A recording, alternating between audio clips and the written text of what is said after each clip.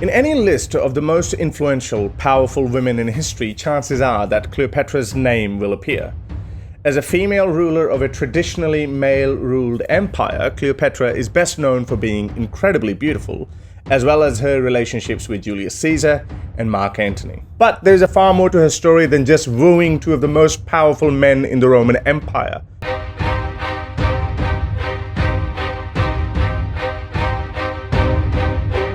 But before we go further, if you haven't subscribed to this channel yet, then please do it and make sure you press the bell icon so you don't miss any of my new exciting videos. To understand Cleopatra's reign as a pharaoh, a brief history of ancient Egypt is needed. Most people would guess that the Romans invaded Egypt during her rule, which ultimately led to her capture and death, but this isn't quite the full story. First and foremost, when we talk about ancient Egypt in the modern day, we are talking about 3,000 years of history, spanning from around 3000 BCE up until 30 BCE. Now that's a very long time. Cleopatra was born in 69 BCE, just before the fall of the ancient Egyptian Empire. She lived closer to the modern day than she did to the origins of the empire she ruled. Something else that you may not know is that ancient Egypt had long-standing dealings with ancient Greece, the Ptolemaic pharaohs of which Cleopatra was the last. Ruled for nearly 300 years out of Alexandria, a city established when Alexander the Great made his way through Egypt. This means she didn't rule out of Thebes or Memphis, where the famous pyramids were built. As a daughter of the pharaoh Ptolemy XII, Cleopatra sometimes accompanied her father on his diplomatic missions, where he conducted himself in much the same way as any other European ruler of the time, managing diplomacy with Rome and Syria. The fights of power and influence in those regions at the time are worthy of Game of Thrones. Cleopatra would have fit right in. What's important is that before his death, Ptolemy XII wrote a will specifying that Ptolemy XIII, his then 10-year-old son, and Cleopatra, then 18, would be joint heirs to the kingdom. When he died in 51 BCE, he passed on the Egyptian empire to his children, as well as a substantial debt. This debt meant that Egypt needed to continue dealing with its neighbors to maintain trade and relationships. A joint rule did not make life easier for Cleopatra. However, Pothinus, an advisor to Ptolemy XIII, used his position to further his own interests. It also suited his plans better for the young king to rule on his own.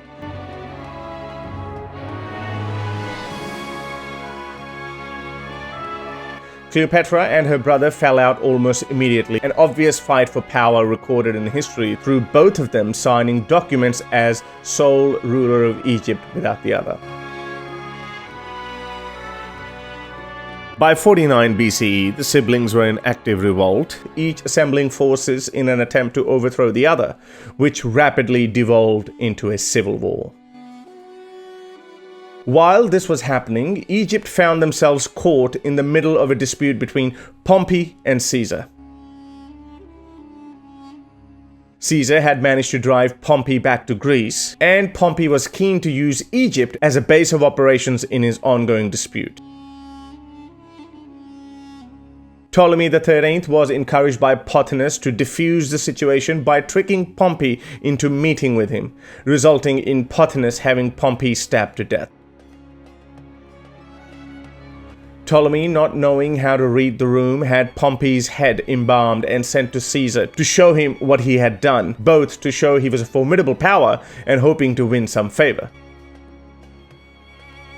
Unfortunately for Ptolemy, Caesar was not impressed, and after setting up residence at the palace at Alexandria, requested that the siblings stop their fighting and focus their efforts on reconciling. Ptolemy and Cleopatra made separate plans to meet with Caesar, Ptolemy arriving at the head of his army despite Caesar's request that he disband his forces. Cleopatra, however, used the diplomatic skills that she had available to her.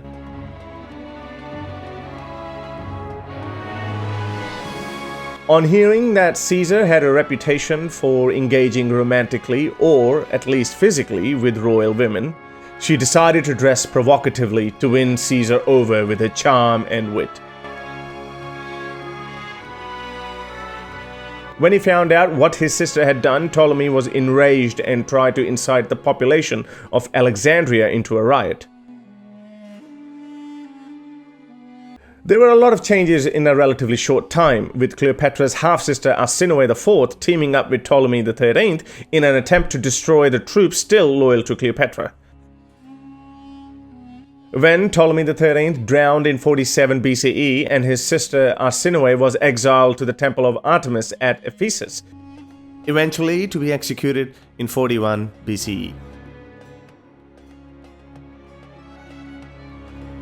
On the death of Ptolemy XIII, Caesar appointed Cleopatra's other brother, Ptolemy XIV, then 12 years old, as Cleopatra's co-ruler and husband, although Cleopatra continued to live in the palace with Caesar. Holed up with Caesar, Cleopatra eventually fell pregnant, although Caesar never acknowledged paternity and was away from the palace during much of Cleopatra's pregnancy. Quite possibly at the insistence of his wife Calpurnia. When a son was born in 47 BCE, she named him Caesarion and declared him the son of Caesar in more than one official declarations. Well, Caesar was assassinated in 44 BCE when Caesarion was only 3 years old. Cleopatra's hopes that Caesar may declare him his successor were dashed when it transpired that Caesar had named Octavian, his grandnephew, as his heir. Cleopatra left Rome just as Octavian arrived in Italy. A few months later, when back in Egypt, Cleopatra poisoned her brother husband and declared her son Caesarion as a co-ruler.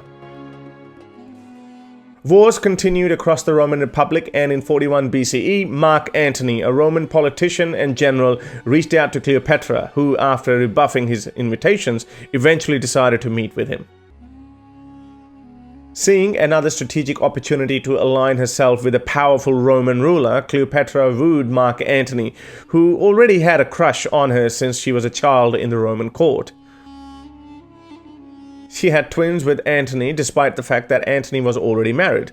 Antony's wife, Fulvia, died of an unknown illness in 40 BCE, but he and Cleopatra never married.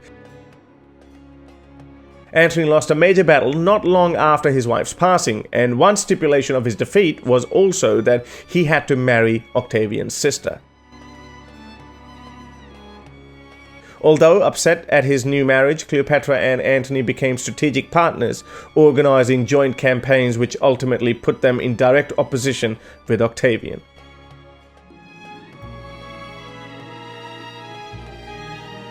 As time passed, they found themselves outmaneuvered, and partners who had previously been loyal to their cause began defecting to Octavian.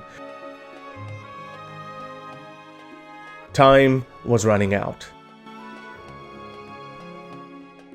Cleopatra decided to travel back to Egypt with a mind to leave the ruling of Egypt to Caesarion while she went elsewhere, most likely India. However, these plans were also dashed when her fleets were burned by a previous ally who felt he had been wronged by Cleopatra. As their networks began to crumble around them, Octavian began to close in on Cleopatra, who went into hiding in a tomb that was still under construction. She sent word to Mark Antony that she had committed suicide. Mark Antony responded by stabbing himself to death, although he did see Cleopatra before passing away, telling her that her death was honorable.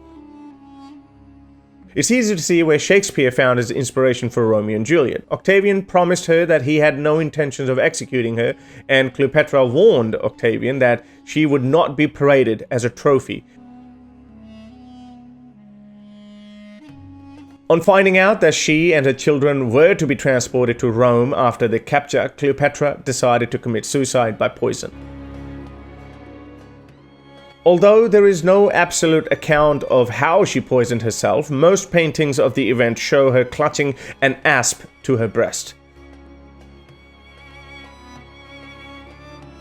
After her death, although not because of it, Egypt ultimately became a province of the Roman Empire rather than an independent country.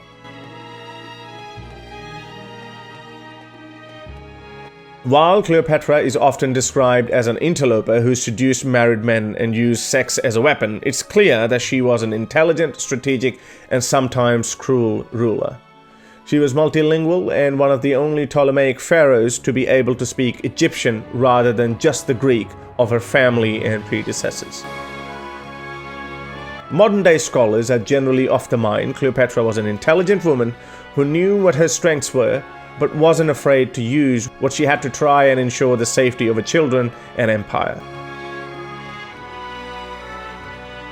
Through her pride and actions as the head of a collapsed empire, Cleopatra has, over time, come to represent a dignified power and a woman who knew how to turn men's weaknesses against them, kill her brothers and sisters to achieve her ambitions. She wasn't shy. The strength of a woman who would not be paraded as a trophy echoes through the ages as a mark of a true queen who represented the power and dignity of the ancient kingdom she ruled in its final days.